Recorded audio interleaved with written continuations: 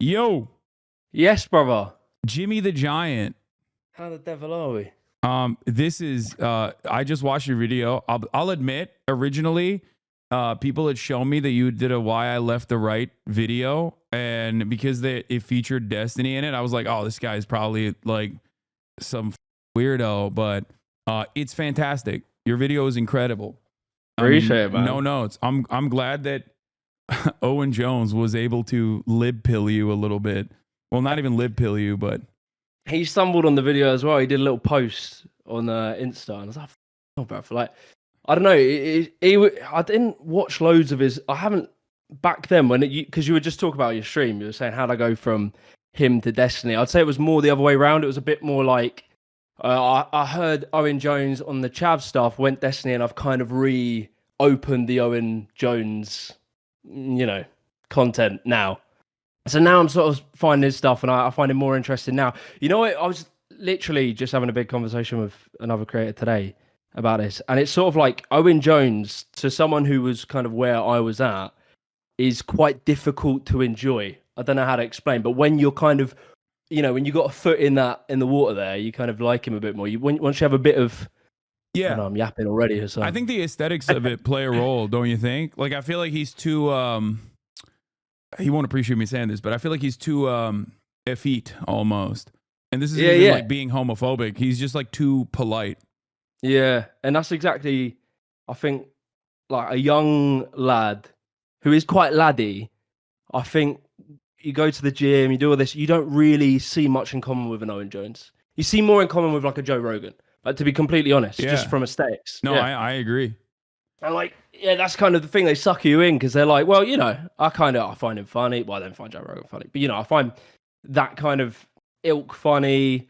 They all go to the gym and they all happen to, kind of dabble in Trumpian politics. And you're like, well, maybe. So you kind of, it's this sort of aspirational side. And I think for young lads, I did a second video. You might want to check it at some point. It's called How the Left This Lost, video like, is the male vote or something like that. How the left failed men. And it was kind of that, just the aesthetics of like young lads in this world that we live in. How the where, left like, failed young men. And it was kind of like, it's kind of like really just like the optics of, we're in a society where everyone's struggling. Bro, that haircut is dire in that video. I'm not gonna lie. Well, and the thumb. You needed it. No, your haircut in that video, you needed to get that shape up. Right. I bounced between two barbers. One of them's sharp, the other one's he's learning, Yeah, you look Dagestani. Yeah. I used to have like proper skin fade. I was a skinhead for a little while. Not, it was actually after the right wing politics. I was like, that the haircut's kind of hard. Yeah, that's funny. So wait, why is your name Jimmy the Giant? How tall are you? Very short. Oh, really? Yeah, I think I'm a 5'10" in Doc Martens, probably.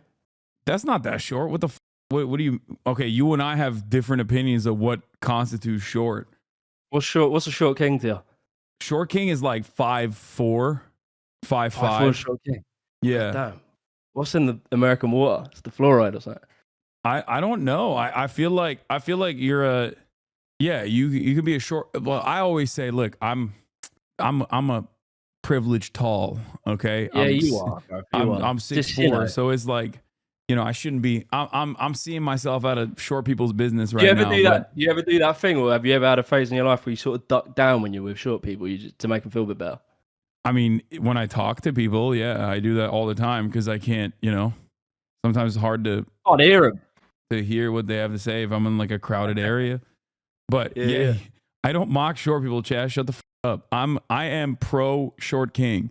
I always say that there's a distinction. You're either a short king or you are a manlet, and it's all about the vibes. It's all about how it's how you carry yourself that matters more than anything else. It's like if you make being short like the end all be all, if you make that your the primary gripe that you have with the world, and you constantly point everything back to that. Yeah. That was something that I think threw me off the right as well, was seeing the red pill thing. Because, like, I don't know, you probably remember back in like the pickup era, like early, I'm going to say it's like 2012, whatever. And it's like, they probably had some kind of slightly up ways of viewing women in a way, but at least the message was, look, lads, if you go out and you chat to women and you do your best, you try and be confident, you try to be yourself, eventually enough women you talk to, you'll meet someone and she'll like you. And then like all these years later, it comes down to like now people are obsessing about, I don't know, do something with your jaw, chew, like wear some mouth shield when you go to bed so you can. It's like, what the is it? It's not like an empowering message. And it's like this shit, I don't know, it just bone smashing. People are doing crazy shit. You know, that's really interesting that you pointed that out, because like, especially in that era, like I myself found myself frequenting bodybuilding forums and shit like that definitely had a lot of those opinions. Like things that used to be relegated to like looks maxing, PUA content, things that used to be relegated to like anonymous forums online are now all over TikTok. And I feel like, yeah, they are super, super mainstream. Some of it's like funny stuff like miring. The concept of miring is great. Like I think it's funny. But then some of it is like very like genetic predetermination. And I don't think human beings should operate like that and don't operate like that. It's such a sad thing because like literally you can tell lads just go to the gym, get a hobby, learn who you are, and put yourself out there. Meet, just say hello to them. You don't have to overthink it. These people think it on so many levels. They're like, bro, you need like this. This is the line. This is how you say it. And I understand that just how life is and how meeting friends are. Eventually, someone will like you. And I really found it kind of sad when they get into all this like Andrew Tate era, and it becomes so complicated. It becomes so mathematical. And it's like, ultimately, all you really need to do is build your confidence and just speak to people. And to me, it's actually like really sad what they tell young lads. Like, it's really demotivating. I can't imagine being like that. Yeah. No, absolutely.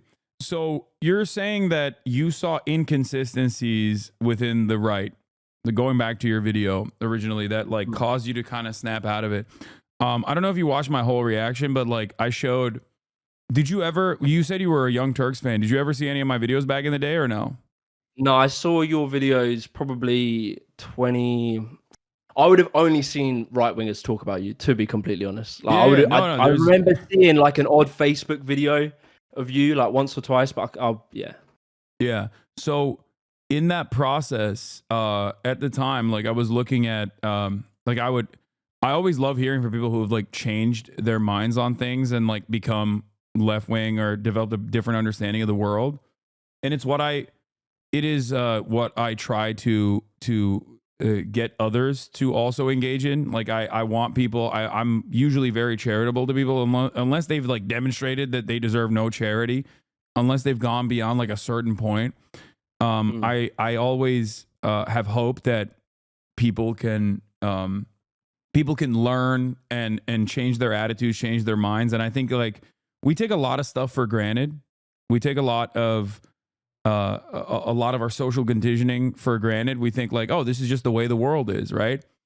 And I think right-wing content creators basically lean into that and present it as like reality. They'll always say common sense, but I feel like nowadays we've moved beyond that a little bit, and I think you kind of touched on it as well, where at least Ben Shapiro used to make an argument about facts over feelings, and he would still manipulate data to present a false narrative in the process of dunking on, college freshmen or whatever. But nowadays, the most popular figures on the right don't even do that. They just will openly go, no, my feelings are valid and your facts don't matter. Yeah. The weird one is seeing, there's two like big moments that stick out in my head, is like seeing Ben Shapiro flip-flop on tariffs. Like the old, you must have seen that video where he's like talking about how tariffs work, and he's saying he's completely right in that clip. How he's talking about it was probably 6 years ago, and then now he flip-flops, and it's like, well, I don't even know who he kind of just glossed over it. It was in like iced coffee hour, I think. And then the other one, the most scary thing I think I saw right in the whole American elections wasn't Trump saying the cats and dogs things. Obviously that was, but it was JD Vance's way of reworking that, because his brain is like conniving. I almost think he is more intelligent, like way more intelligent. Yeah. And he obviously, if you obviously know about his past, he like used to call out Trump for his. Yeah, he called him Adolf Hitler to his friend in a private correspondence in 2016. Yeah, but the fact he was so clever to take what Trump said, which was the cats and dog. He goes, "Well, madam, whatever. If we need to do memes to get people to talk about the real issues that are really affecting the real people, blah blah blah blah blah," and he spun literally accepting it was. I mean, he doesn't fully accept it, but the way he spins that to be like, ultimately, it doesn't matter if we do a bit of propaganda where we're kind of overtly lying, as long as it gets the real message. The real message. Yeah.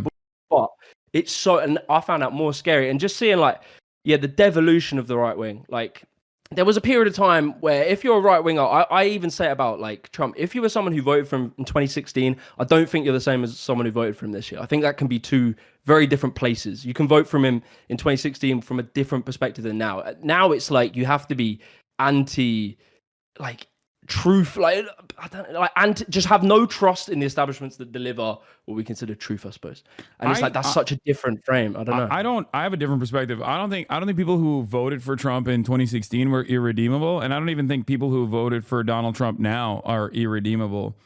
I think that it's the same exact pressures that they're experiencing, and I think that the right is very good at channeling that frustration to appropriate vectors that don't disrupt the hierarchies that are set in under capitalism. Like, it's not your boss, it's not your landlord, it's not the corporations that have, especially in your country, like privatize certain key sectors like transportation, housing, right? Like gutting council housing, and all of that has exploded in worse material conditions overall for the working class in the UK.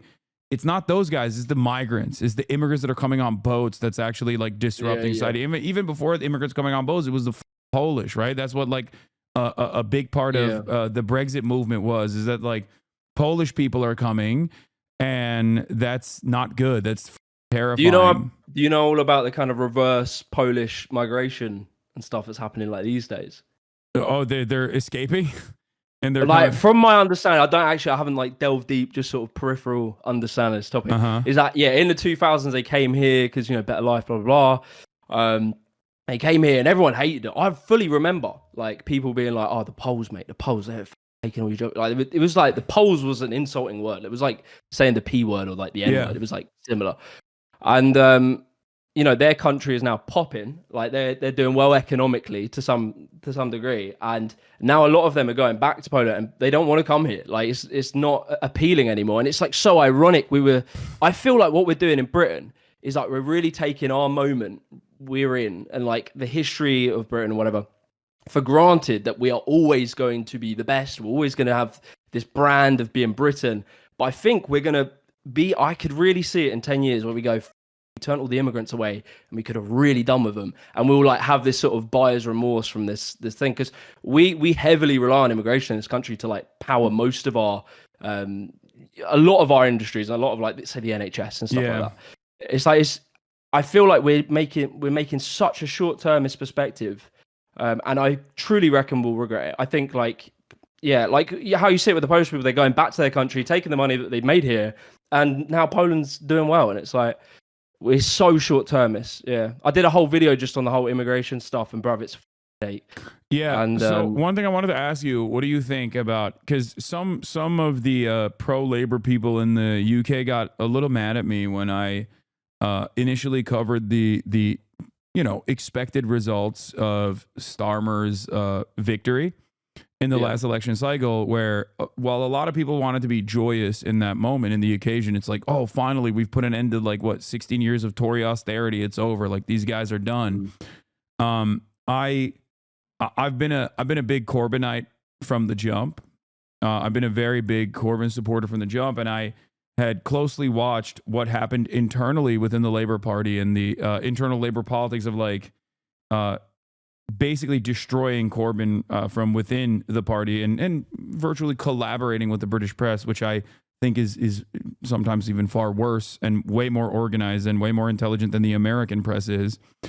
And I warned my British chatters that the victory that Keir Starmer had over the Tories was actually a minor one, and if they were to continue with privatization or continue with austerity, that the real troublesome signs for England were right there with the momentum that reform had gotten. And a lot of people were like, "Oh, you don't know what the fuck you're talking about." But I feel like it's becoming a reality pretty fast in the UK. Nigel Farage seemingly has a higher approval rating than Keir Starmer does now, which is crazy to think of. I mean, this guy is like a clown. He's a failure. He's wild. Yeah. He's openly racist, but like outside of that, he's also been a demonstrable failure as a politician. And now he's seeing this like momentum, this right-wing surge. Yeah, this is fully his moment. Like he's cut through certain times over the years. Like, obviously Brexit is a big one. He stood down a load of people. I think it was 2019. He like stood down UKIP candidates in conservative areas.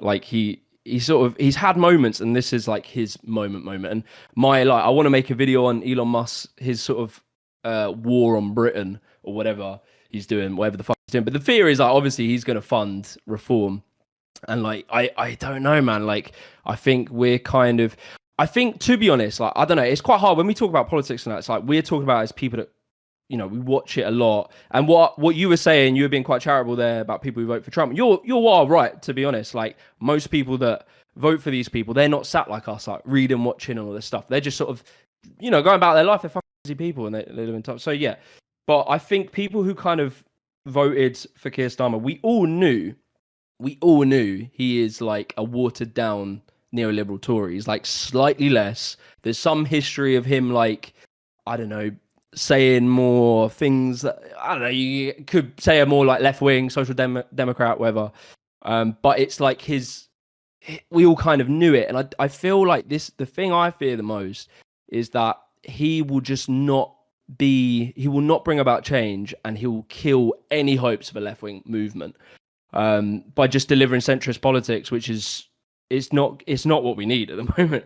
And so like, yeah, that's the real thing. It's like, okay, you've had Tories for 14 years. You give Labour a chance. And if they do not they can't even just do okay. They have to smash it. And it's very unlikely the way they're going about it that they're going to smash it. It's just, probably it's going to plod along and get a little bit shit.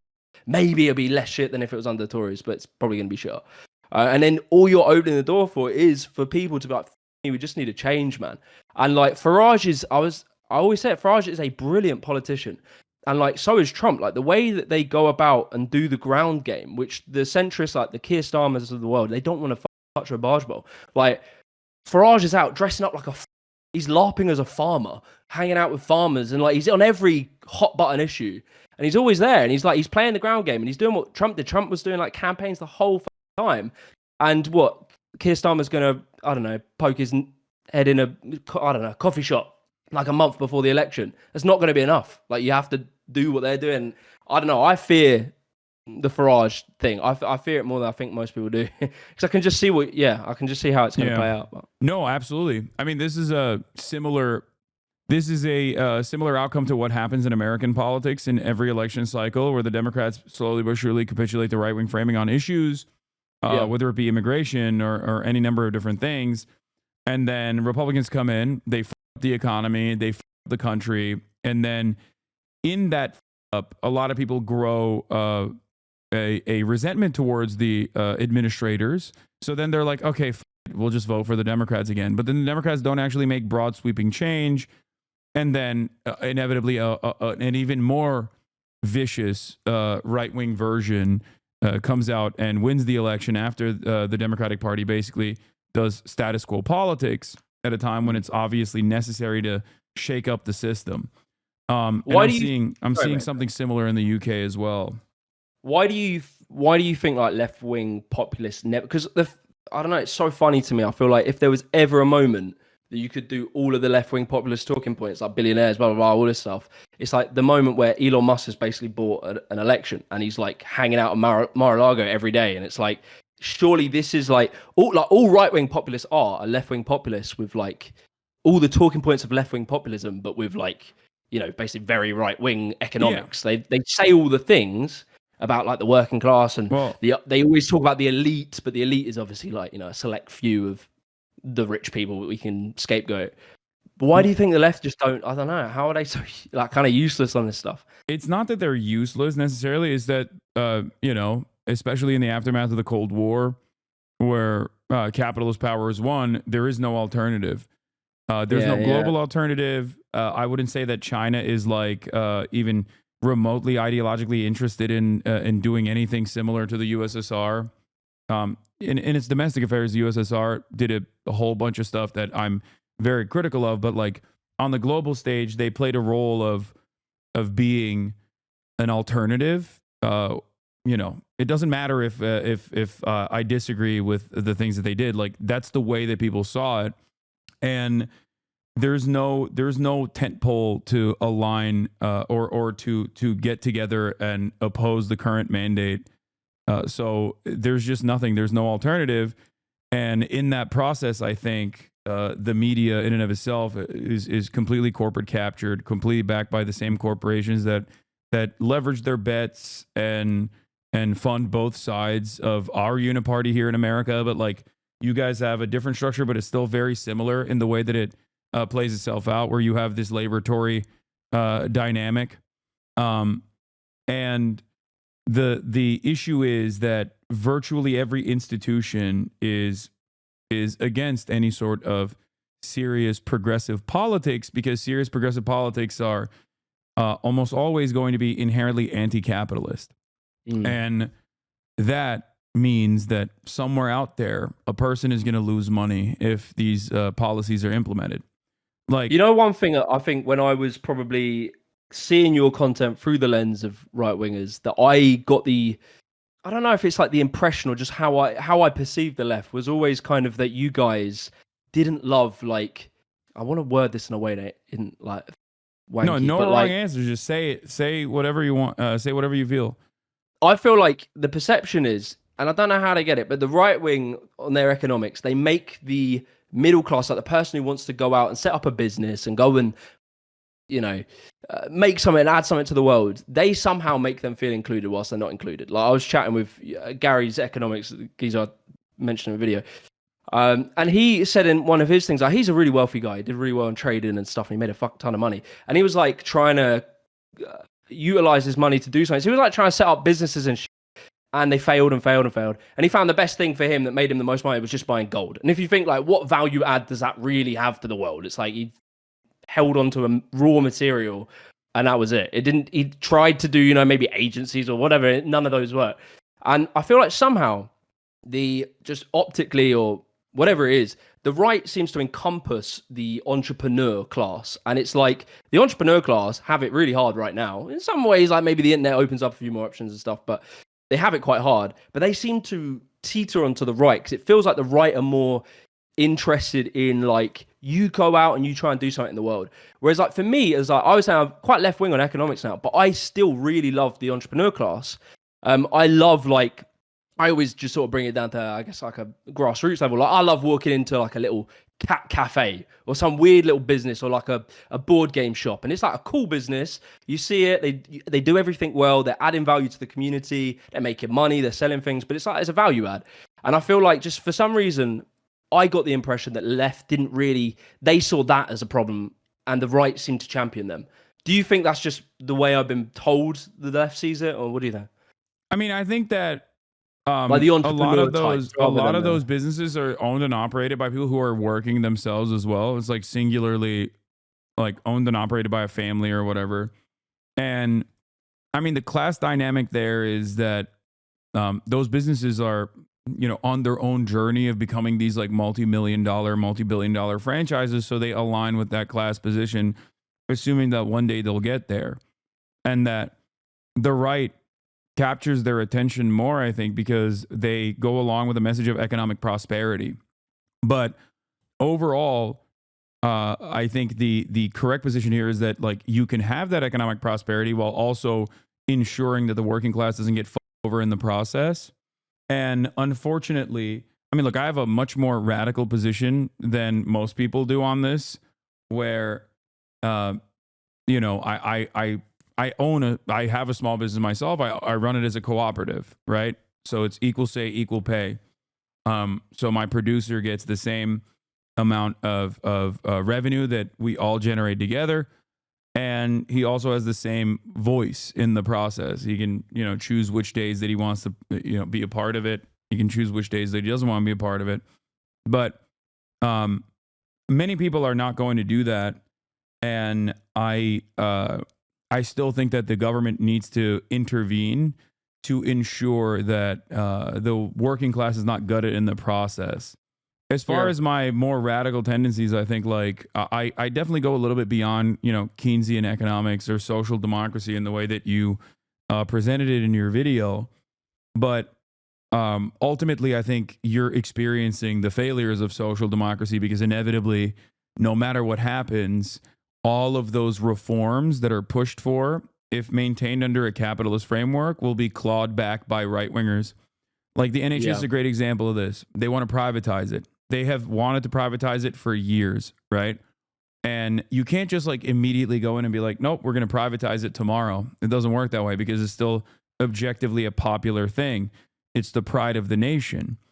But how do you do it? Well, years and years of refusing to fund it adequately, and then inevitably letting it fall apart, and then privatizing certain aspects of the NHS, and then inevitably privatizing it all. It doesn't happen overnight. These are, it's the same thing with the trains, right? You mentioned the trains. You privatize the railroads, and maybe originally the railroads are maybe a little bit faster. Some of the lines might even be a little bit faster at first, but slowly but surely the profit motive kicks in, and they start cutting corners, and eventually you have a worse product overall, and the working class suffers in that process, because now they can't get to work in a timely manner. It ruins their day. The trains are never on time, and they get slowly but surely more frustrated, more angry. And if there's a guy in that process, like Nigel Farage, he comes in and he says, "You're angry because black and brown people are coming into the country, and they're taking away your benefits." And this is sorry, mate. Sorry. No, my point was, this is just what happens universally. It happens in virtually every Western capitalist country. Yeah, I think because I was sort of I'm not name dropping, but I was just chatting with Gary recently, so it's on my mind. But he mentioned we have this geezer called, his name was Tony Benn, and he was like an aristocrat, super socialist MP, like working class hero. It sounds kind of bullshit. He was genuinely quite an influential politician, and he had this quote, and this is I guess this is more the very far left sort of critique of capitalism, is that inevitably, or Keynesianism rather, is that it will always, as you say, it will fall back into that. And he said something to the extent, I'm going to read it, it's like, there's no final victory, there is no final defeat, there is just the same battle to be fought over and over again, so toughen up, bloody toughen up. So it's like, he's kind of sort of saying, what you are saying is factually true. I suppose he's coming from the perspective that this is a constant struggle that will always be the case.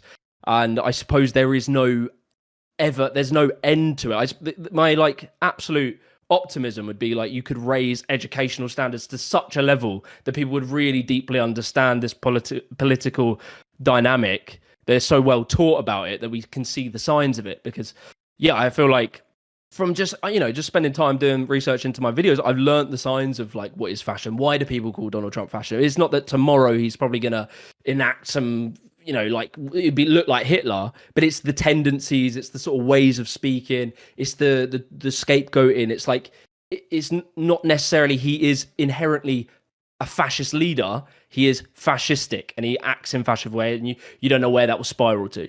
And but I suppose where we would differ is maybe you see that there is a way out of that sort of constant battle, or do you think?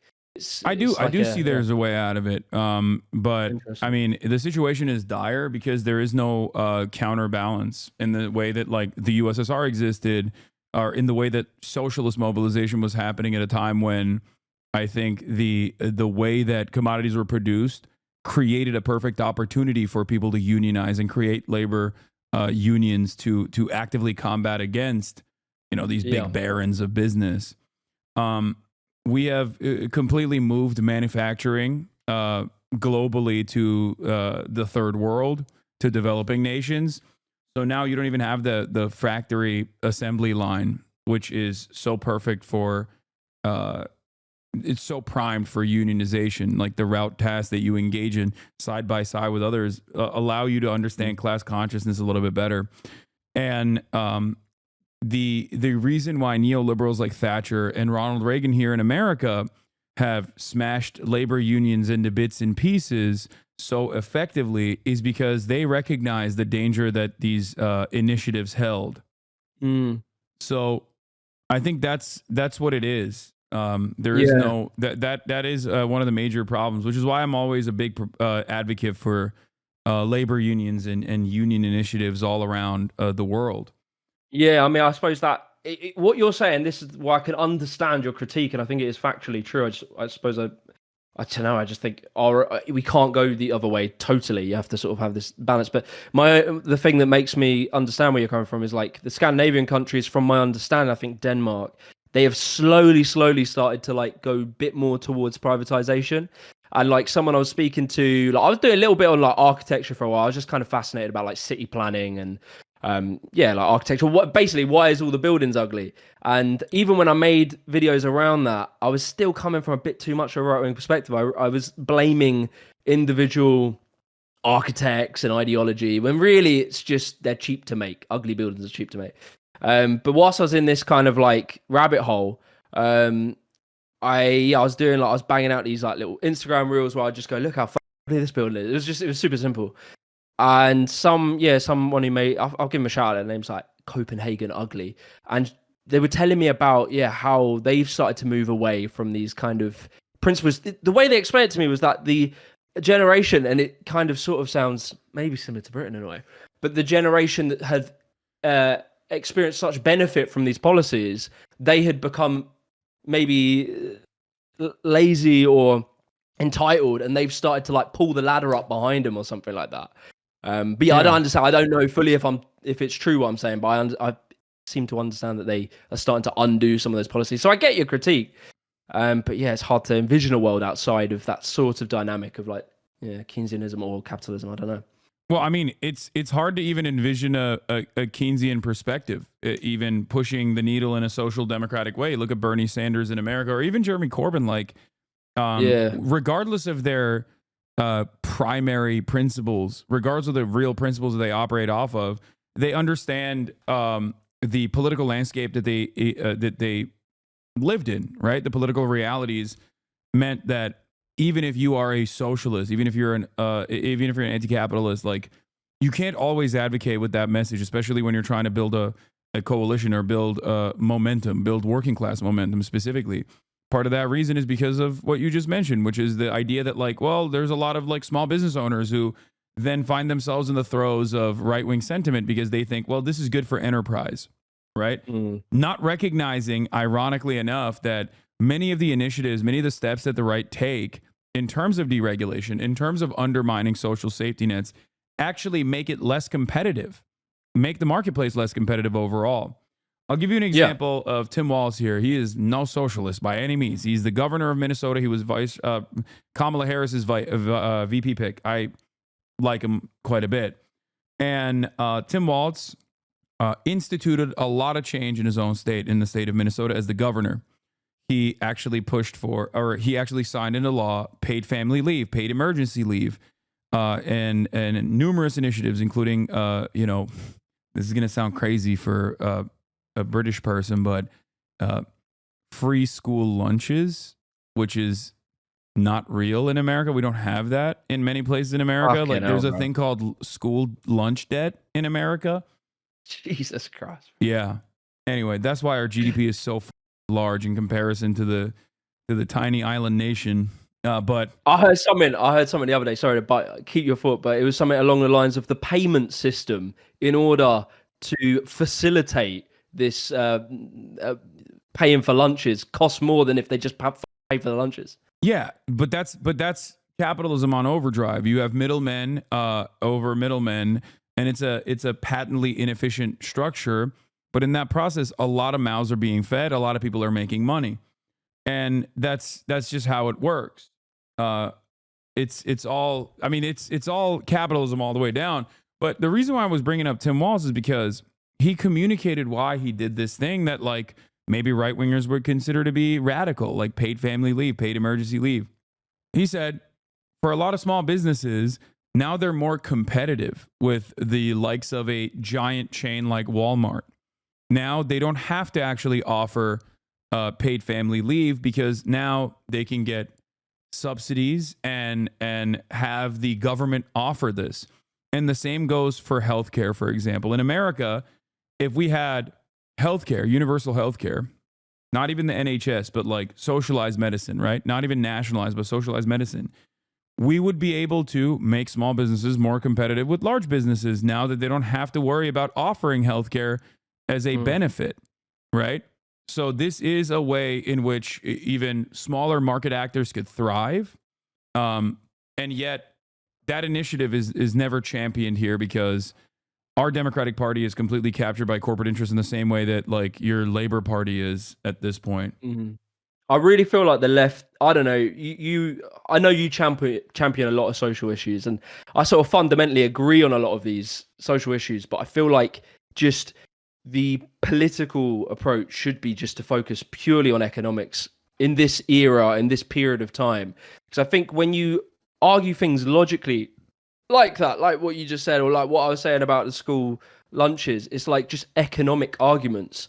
I think in this period of time, and I talked about this in my immigration video, I was like, it's very hard to make people care about helping the vulnerable when they're struggling. Like, it's really hard to extend generosity when you feel like you have no generosity extended to you.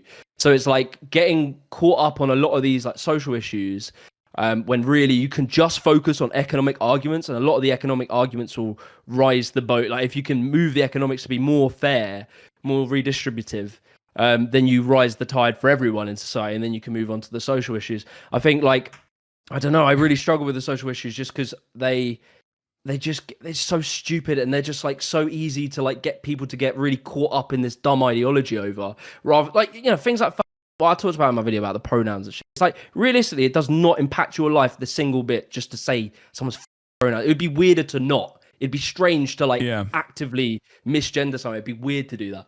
Yeah. I think in this era, like, the left wing economic argument is the really strong argument, and I think, I don't know, like, I wonder what your take is on that. How do you balance the importance of sort of pushing for social issues versus these sort of more economic arguments? If social issues are the only thing you're championing and you never champion economic issues, then yes, you will be belittled and you will lose elections every step of the way, especially when the economic issues, as a matter of fact, help marginalized people disproportionately more than it helps, I guess, like the white working class. Because especially, I can speak for America, where black people on average are poorer than white people as a whole. So any sort of universal initiative like socialized medicine directly targets black people disproportionately. So much so that a lot of the social safety nets in the United States of America have been undermined by pointing to how black people take advantage of it in this country. Like, white supremacy is a really big motivator for a lot of people in this country that have caused the undermining and clawing back of social safety nets such as welfare. Bill Clinton also played a role in this as well. And he's a Democrat, right? He's supposed to be the liberal hero, the liberal champion. But like, welfare queens was a concept produced by the Reagan era of politics, and it was deliberately created to attack the welfare state, to attack social safety nets, to attack these programs that were supposed to help some of the most marginalized people. And there are more white people in this country than there are black people, and therefore more white people were taking advantage of welfare than black people were. Maybe black people were disproportionately, or black people per capita were taking advantage of welfare more, but there were more white people using it. And the undermining of the welfare system, championed by the very same white people that use welfare, actually ended up harming them. So my point always is pushing for universal policies and then telling people, like, look, it's unconditional. It means everyone gets healthcare. You don't get to carve out people that you don't like from this process. You don't get to say Medicare for all means Medicare for all except for trans people. Medicare for all means Medicare for all except for Nazis even. Like that's like something that I also always talk about, where it's the goal of these universal programs is to improve people's material conditions unconditionally so that they are less likely to succumb to the throes of right-wing sentiment, like fascist opinions, reactionary opinions.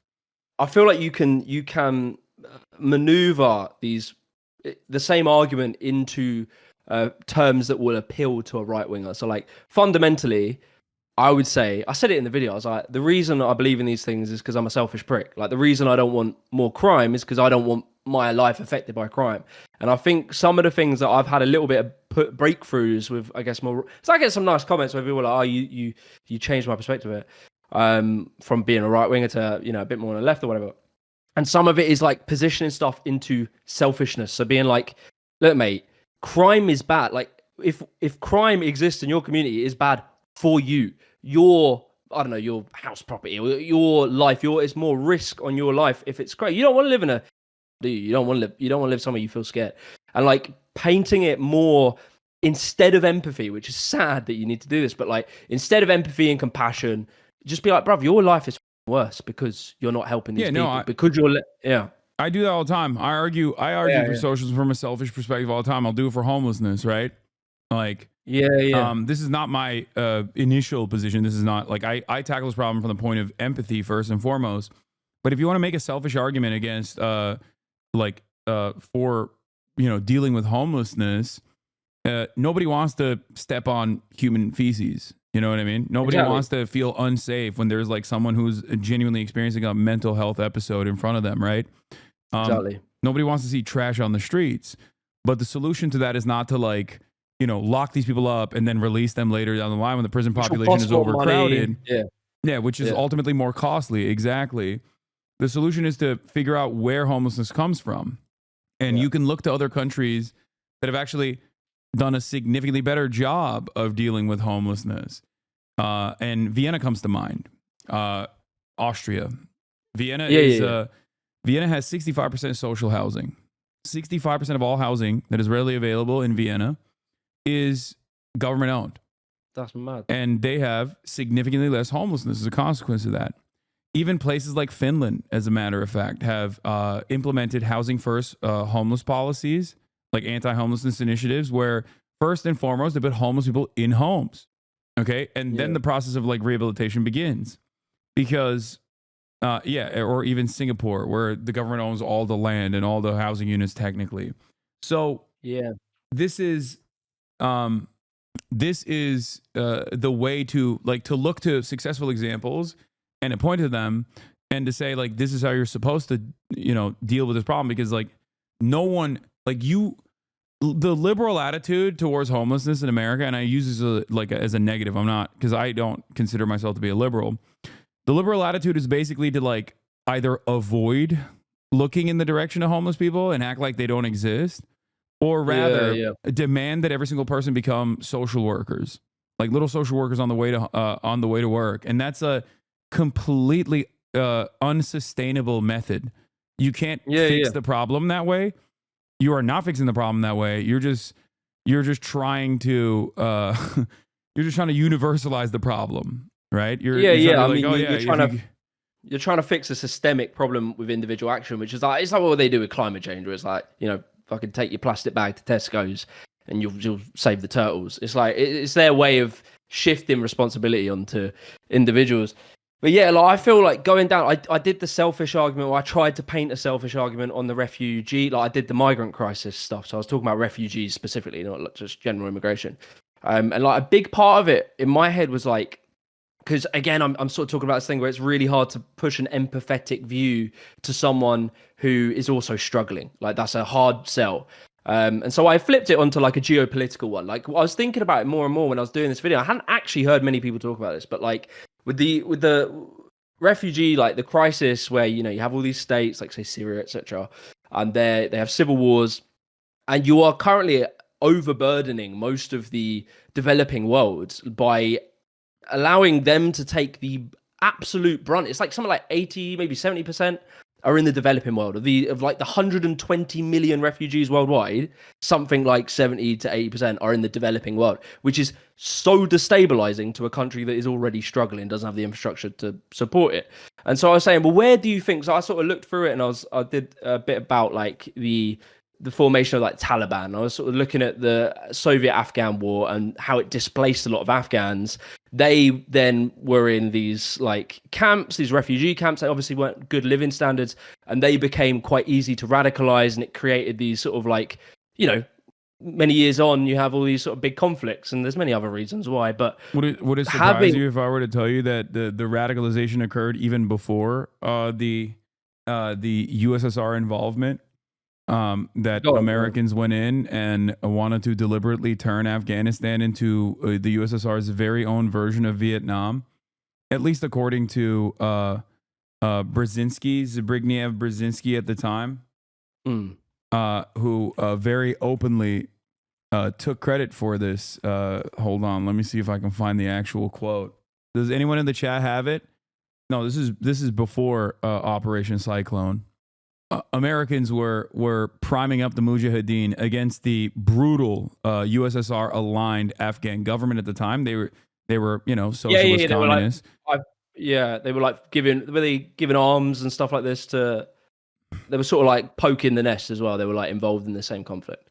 Yeah. Either way, anyway, this is about sort of specifically about refugees, right? So you then put all these people into a poor country that can't look after them, and it is, they're living in terrible conditions, and it becomes a prime place for radicalization, and it destabilizes countries. Like you can look at like Congo had 2 wars, which I believe come from like refugees. I can't remember exactly what conflict, but they're refugees that went there, destabilized it. So basically what I'm saying is the argument you can make to these people, which isn't an empathetic argument, it's purely just geopolitical, is that if we don't take refugees, if we don't help these people now, 5-10 years, you do not know what destabilizing effect that's going to have on the wider world. And you're making a problem for the future. It's like, it's just sweeping something under the rug. It's like in the future, it's going to get worse. And this has been our approach in Britain for a long time, where we just kick the can down the road. And so I feel like those arguments, I don't know, I'm trying them and seeing how they push through, but just forgetting compassionate arguments, because I remember when I was in that position, you could never really argue empathy to me, because I'd always be like, mate, we're struggling. So like just sort of talking geopolitics and talking like, well, what happens if we don't help refugees? No one's really talking about it. You never hear Farage for a second think about that. What happens if we don't help these people? Yeah, no, I think that a lot of people refuse to reckon with the Western intervention that takes a formative role in these conflicts that cause this instability to begin with. I mean, the likes of Jeremy Corbyn definitely do understand it, but they're routinely vilified by the very same media that is also backed by the defense industry in both England and also in the United States of America. So when you say stuff like that, you're immediately criticized. You're like, oh, dude, you love the enemies. You want to hug and kiss the enemies. These guys are bad. These guys are bad people. And your position is born out of empathy, but it's a good starting point for a lot of people, because a lot of people it will appeal to. I just think there is a contingent of society, especially on the right, where compassionate arguments are always thwarted by what about our own problems. And obviously they never have solutions. They'll say, well, why are we housing refugees when we have our own homeless? And it's like, yeah, but I literally did in the video. I don't see you advocating for socialized housing. Like I don't see you advocating for more council housing. And I did literally in the video. I did like a control F on reform and conservative manifestos for the word homelessness, and they didn't appear once. They're in the Labour manifesto maybe 4 times, and like refugee migrant is like in their manifesto like 20 times. Reform and conservative, they don't give a shit. But that's the problem though, because the new Labour manifesto or the new Labour attitude is also not great. They just span on it, man.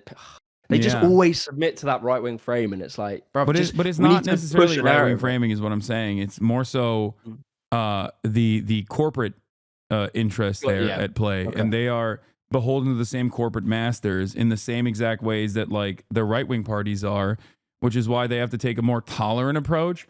But because they're not actually interested in tackling the underlying problem, then they just come across as like smarmy, woke, annoying, smarmy, woke, annoying, liberal, elitist who don't want to address any of the real problems at all. And that's the issue. That's why I think I've got I've got to bounce. It's quite late here. Can I ask you one last question? It's Yeah, been go really, ahead. I've really enjoyed chatting with you, by the way. Yeah. I just wanted to ask, like, yeah, what you read my tweet about Cenk. I just wanted to know, what is your inside perspective on what's going on with his? Is he like God. playing the game, or is it too much to? I don't know, because like I am obviously a bit biased. This is a man who's seen me my diapers. You know what I mean? He is my uncle after all. But yeah, I think Cenk used to be a big fighter for progressive causes, unconditionally and uncompromisingly, right? He always would tell the Democratic Party never to cave and capitulate the right wing framing on issues. And I feel like after years and years of not getting the results that he wanted to, I think he's given up hope on the Democratic Party almost. And that's a very dangerous prospect for his future politics, because when you give up hope on the Democratic Party, that's one thing. But after giving up hope on the Democratic Party, assuming that the Republican Party is going to do anything that is at the behest of the working class, I think is when you make that leap, or when you even entertain that as a concept, you're slowly but surely radicalizing yourself in the opposite direction. And I am a little fearful, because I do see like his opinions on crime are genuine. Like he just like legitimately has a right wing position on crime overall, where he thinks like everyone on the left. Everyone on the left is you know, they love crime. They want people to come and like rape your daughters or whatever. Like he'll say like crazy shit. And we've had some arguments both privately and publicly, including in what I call Janksgiving, where he comes over for Thanksgiving. We just did that recently, and we talked for like 3 hours. But yeah, I think, your pub conversations have got to be wild. I can't imagine when you like have a few bevies. Yeah. But we'll see what happens. Maybe he's just being optimistic, and he'll recognize that the Republicans are not doing any of those things, or maybe he'll just like continue to double down and be like, well, this is the real enforcement that we need to see here, because he keeps talking about like stopping the bleeding, where you know, the real solutions to lower crime are too difficult. They're far too difficult. These initiatives are too broad and too much in the future. And you know, when you succumb to short-term thinking and you want to like in your mind stop the bleeding when it comes to like crime or homelessness, all of a sudden you're looking into the right-wing position on the matter. You're all of a sudden thinking that the right-wing position on the matter is stopping the bleeding, when it is exactly that attitude that has got to this that has got us here to begin with, you know?